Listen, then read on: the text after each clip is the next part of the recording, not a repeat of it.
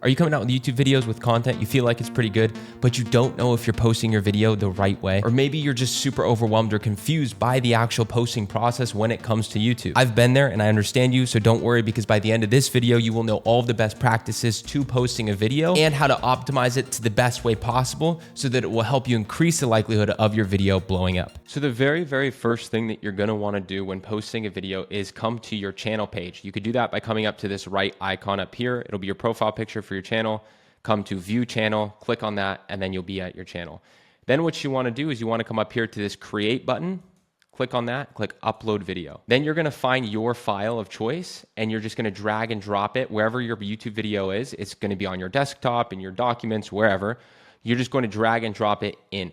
Okay, and then it's going to begin to upload. Now, while it's uploading, we can actually begin to put in some of the details. So here's where we're going to put in our title. So example title. Obviously, you guys should have optimized title. And if you guys want to learn how to come up with an optimized title and optimized thumbnails that are proven to do much better, or at least increase your likelihood, I'm going to link a video at the end of this video for you to click on to watch. Now, there's something really interesting that I like to do for the description is I like to fill it with keywords. You'll notice that my description is already filled up here. And that's because in a setting, which I'll be covering in a future video on how to set this up, but there's a setting within YouTube where you can automatically make it where every single time you post a video, your description is automatically filled with the exact same thing. So for example, I always like to keep the work with me link. I like to keep a link to my school community and all of my favorite tools. And because I do that for every single video, I put that in the settings. So I set it where every single time I post a video, this automatically populates. For you, this will be completely empty. What I like to do is I like to use a tool called VidIQ to search for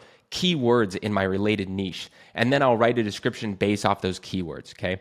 Now that's a paid tool. So how can you do this for free? Well, you can use Google Trends if you'd like, but I wanna keep this as simple and easy as possible. So what you're gonna do, as simply as possible and broadly as possible, write a small description about what your video is about. But first, I always like to put just one hashtag about the niche I operate in. So for this, it's YouTube growth. So I'm gonna put hashtag YouTube growth. Then I'm gonna type in this video, you will learn the best YouTube strategies for growth, right? Or maybe for you, it's like, in this video, you will learn how to get more real estate listings or whatever, right? Make it applicable to you, maybe 2 to 3 sentences. Then what I would do is if you have any links, put those links here. And then underneath that, I usually chapter marker my video. So if you click on this link right here, it'll open your video in a new tab. And I like to watch the video and then put timestamps because this also helps with SEO. So for example, let's say I'm talking, the introduction is from the first second until 30 seconds in, right? So this is how I'll write it. So I'll do 00 to 30 seconds and I'll title it introduction. And basically what this is gonna look like, if I click on like this last video I posted, YouTubers upload their, you see how I have these different chapter markers right here. Well, this is exactly how you do it. See, I did it here too. If you go into my description, you could see that I manually wrote out all of these chapter descriptions. And you could do the exact same thing the way I just showed you, okay? This is really good to do. So then it's like, let's say 30 seconds to 1 minute, step 1, right? Or point 1, etc. Now, you will not see stuff like this. You won't be seeing this because this is a free tool that I use called VidIQ. There's a paid version and a free version, and it's a Chrome extension. I will link the free Chrome extension below if you want. It's really cool because when you post, it'll pop this up. And these are some examples of some keywords that you could use while posting, okay? Which is really cool. And then it also suggests some titles for you as well, based off of or using AI. So that's with VidIQ. So I will link that free Chrome extension below. I have no affiliate with it at all for you guys to be able to download and help you when you upload, okay? This is really important, okay? Most people, when they see this, they either choose an auto-generated thumbnail, which means they just let YouTube generate a random thumbnail for them, or they'll click upload file and just upload one thumbnail. If you want to lessen the likelihood of your video blowing up, you will do this. Or if you want to avoid getting views, you will do this, okay? The packaging, it's the first hook, which means it's the most important, the thumbnail, the title. I hate that it is, but it is, okay? So what I like to do is I like to create 3 completely separate thumbnails for every video I do so that I could split test those thumbnails. Now, I create more and I use a third-party paid tool. However, beforehand, I use the YouTube built-in A/B split testing tool. And basically the way it works is YouTube will take all your thumbnails and it'll test it and show it to different audiences and see which one gets more clicks. And then see, based off those clicks, how long are those people watching that video for? And then it'll give you a percentage score, right? So for example, if I go back to my channel, before I show you exactly how to do it, I'm gonna show you what it looks like. So if I go to my videos, you could see here, I have 3 completely different thumbnails being tested. Right now, it's been being tested for about almost 2 days now. And this one is clearly winning, right? This one is 38%, but this one's 26%, this one's 35%. What I'm gonna do is I'm gonna let the test continue to run because, you know, maybe this thumbnail 3 might actually become the winner. Who knows? How would I know? Imagine I only posted this thumbnail, right? And I got 26% conversion rate or quality rating, I guess you could say. Then I'm leaving a lot of potential views on the table. But if I take 2 other different concepts that might work or resonate with my audience better, then I'm 3xing my chances of doing better when I split test 3 thumbnails, right? And this is why split testing is so important. To do this, all we need to do is click test and compare.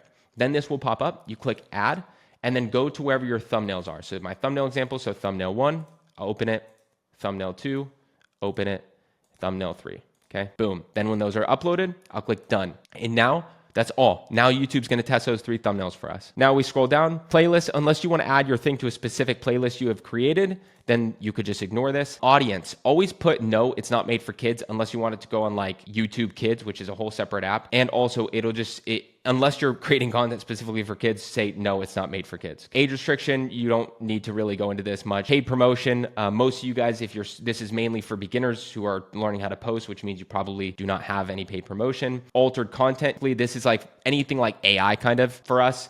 We could either leave it empty or just say, no, it's not altered. Automatic chapters. I usually just leave this all here for now. Now tags. This tags is basically like SEO to kind of push your video out more. However, YouTube tags have become a lot less effective recently. Okay. So honestly, you don't need to pay much attention to this. What I do is I just put as many keywords as I could think of, right?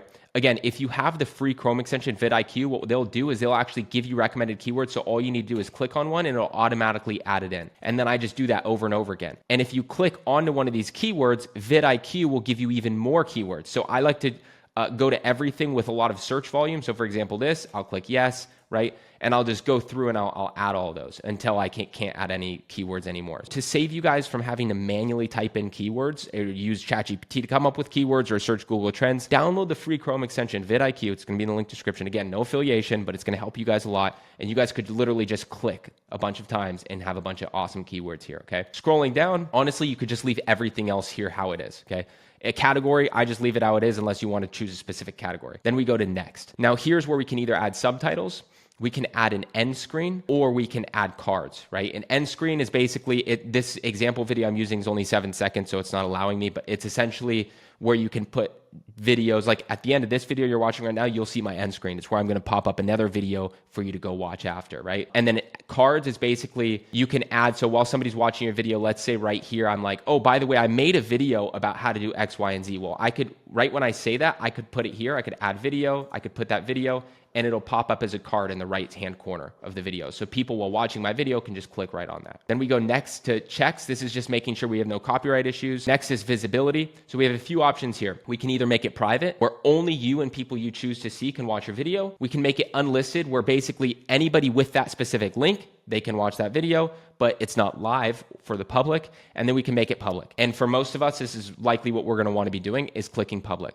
Now, if your video is not yet fully uploaded and you, for example, need to leave to go get groceries or something, I come here to schedule, and I'll schedule it for about an hour from now so that my video can finish uploading while I'm gone, because I don't want it to upload or go live at a lower quality before it fully uploads to 4K. Or if you maybe batch shoot your content and you have 3 videos that you're posting at once, you should schedule them out a few days apart, right? In this case, I would just click publish, and then you click publish, and then your video is literally published, and that is it. By the way, if you guys want to learn the best strategy about thumbnails and coming up with thumbnails that are most likely to convert for your videos, then watch this video right here.